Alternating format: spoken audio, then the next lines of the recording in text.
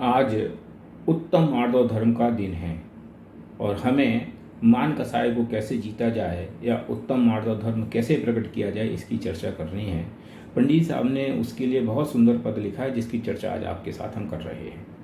मान महाविश्वरूप करहि नीच गति जगत में, कि मान महाविश्वरूप है। महाविश्वरूप माने क्या?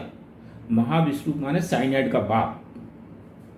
कोई जहर होता है ना कि उसको कोई आदमी को काट ले तो उसको ठीक किया जा सकता है, उसका वैक्सीन बनाया जा सकता है, एंटीवेनम इंजेक्शन देकर उसको बचाया जा सकता है। लेकिन कुछ जहर ऐसे हैं कि जिनको कोई आदमी पी ले या तो उसको लग जाए तो मरण निश्चित है। ऐसे ही इसका नाम है महाविष।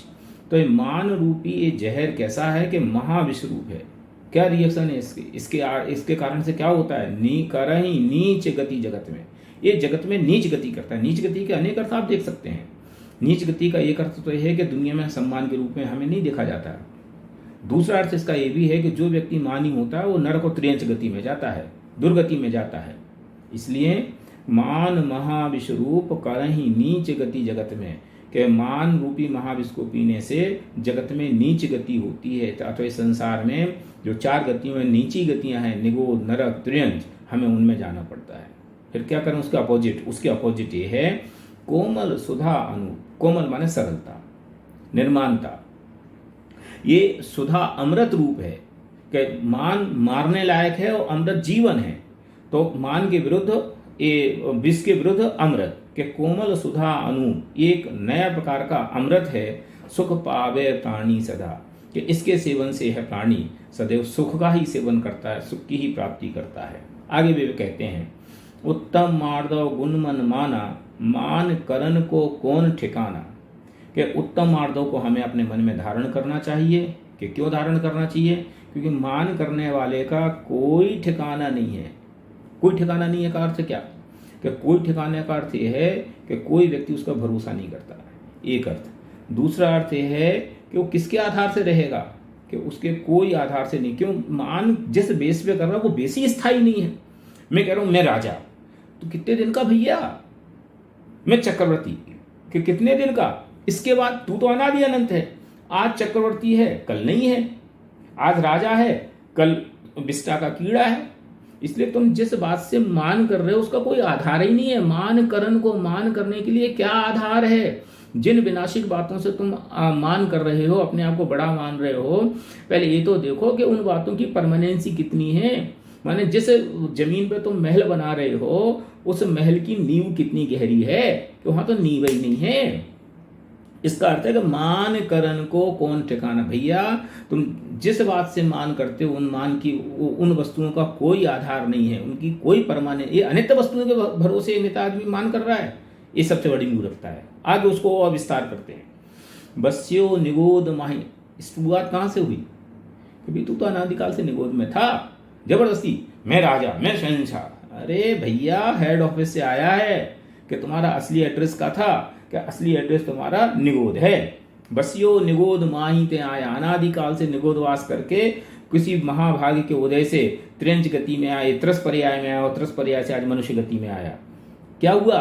कि दमरी रुंकन भाग बिकाया। तुम्हारी तो ये पोजीशन थी कि दमड़ी के भाव बिका गया। दमड़ी माने कोड़ी, जिसकी कोई कीमत नहीं। रुंकन समझते? रुंकन क्या होता है? रुंकन जैसा अपन बाजार में सब्जी लेने जाओ ना, तो सब्जी वाली से अपन सब्जी लो तो उससे कहते थोड़ा सा मिर्ची दे दो, थोड़ी सी धनिया डाल दो, तो उसके वो कोई पैसे होते क्या? उसके कोई पैसे नहीं। सब्जी के पैसे, इसके कोई पैसे नहीं। इसका नाम है रुंकन बिकाया। कि दमरी रुंकन भाग बिकाया, इस भाव बिके हो तुम, और तुम अपने आप को ये समझ रहे हो कि मैं चौड़ा और बाजार सकरा। और आगे देखिए, रुंकन बिकाया भाग वस्ते देव एक इंद्री भया। और क्या विचित्रता हुई कि इधर तो रुंकन बिके, किसी परिणाम के कारण तुम देवगति में भी चले गए, लेकिन वहां भी तुमने अपनी बुद्धि का इस्तेमाल नहीं किया, तत्व ज्ञान का सेवन नहीं किया। तो रिजल्ट क्या हुआ कि तहते चैथा वर्तन धरे, वापस एक इंद्री में आ गया। देव हुआ और फिर वहां से क्या हुआ? एक इंद्री हुआ। और क्या विचित्रता हुई? उत्तम हुआ, चांडाल हुआ। कि उत्तम माने मनुष्य हुआ, उसमें भी राजा हुआ और फिर चांडाल भी हुआ। और क्या हुआ? भूप कीड़ों में गया, राजा बना और वही राजा फिर कीड़ा में गया। ये कहानी तो आपको मालूम होगी कि एक राजा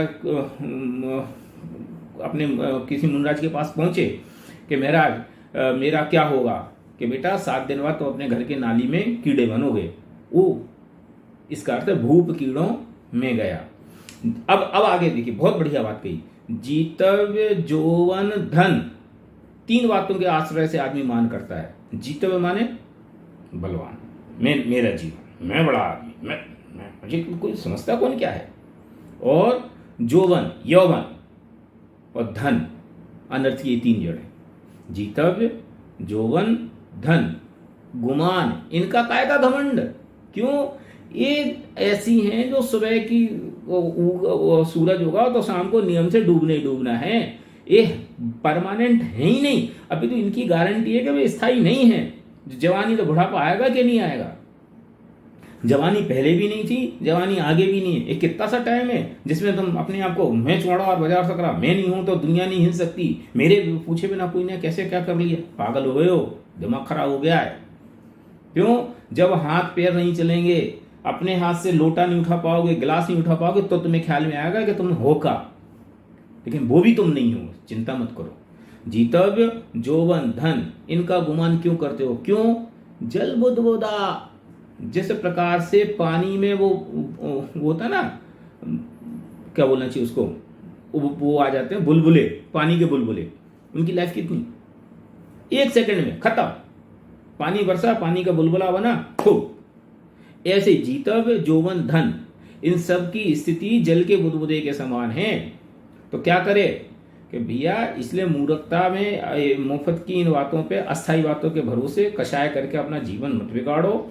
मान कषाय से कोई रहा नहीं। अरे रावण नहीं रहा, चक्री नहीं रहे, तीर्थंकर जैसे महापुरुषों भी समझ लो जीवन में संसार में रहते तो कुछ नहीं कर सकते थे।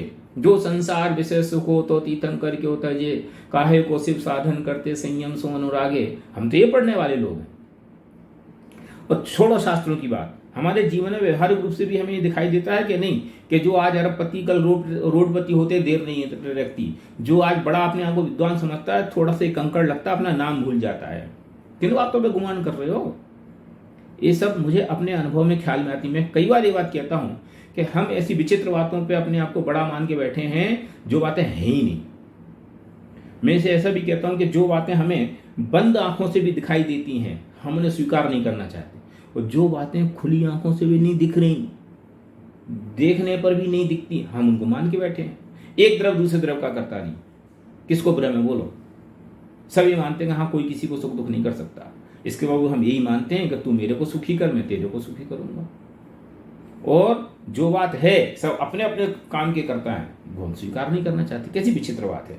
तो क्या करें? करे विनय बहुगुण बड़े जन की, कि बड़े जनों की विनय करो। बड़े जनों में देव शास्त्र गुरु, ये धर्म की अपेक्षा से और लौकिक की अपेक्षा से जिनसे हमें कोई चीज मिली है, चाहे ज्ञान मिला हो, चाहे संपत्ति मिली हो, चाहे संस्कार मिले हो, चाहे हमें परिजन हो, पुरजन हो, कोई भी हो, करी विनय बहुगुण बड़े जन की। जो गुण से बड़े हैं, ज्ञान से बड़े हैं, ज्ञान वृद्ध हैं, वयोवृद्ध हैं, उनका हम क्या करें?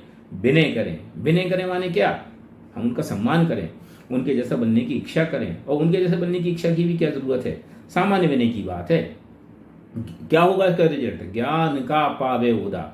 अगर हम ऐसा करेंगे तो हम ज्ञान के महासागर को प्राप्त करेंगे। ज्ञान का पावे उदा माने केवल ज्ञान को प्राप्त करेंगे, माने विनय गुण का ये रिएक्शन है। तो ये विनय यही होगी कि नहीं, ये तो व्यवहार विनय है, यथार्थ विनय है। तो हम अपनी आत्मा को अपना समझें। क्यों? असली मान का साथ हमने अपने प्रति की है। रूठे तो हम अपनी आत्मा से हैं। अपनी आत्मा को हमने आज तक अपना नहीं समझा। वो सुख स्वरूप ही सामने बैठा है, हम उसको ना देख करके दूसरे का कई अभावगत कर रहे हैं, दूसरे की मेहमानदारी कर रहे हैं। सबसे बड़ी तकलीफ तो ये है। तो क्या करें कि हम अपनी आत्मा को अपना समझ करके उससे अपने आप को बड़ा माने, उसके प्रति दर्शन ज्ञान चारित्र का व्यवहार करें, तो केवल ज्ञान की प्राप्ति होती है।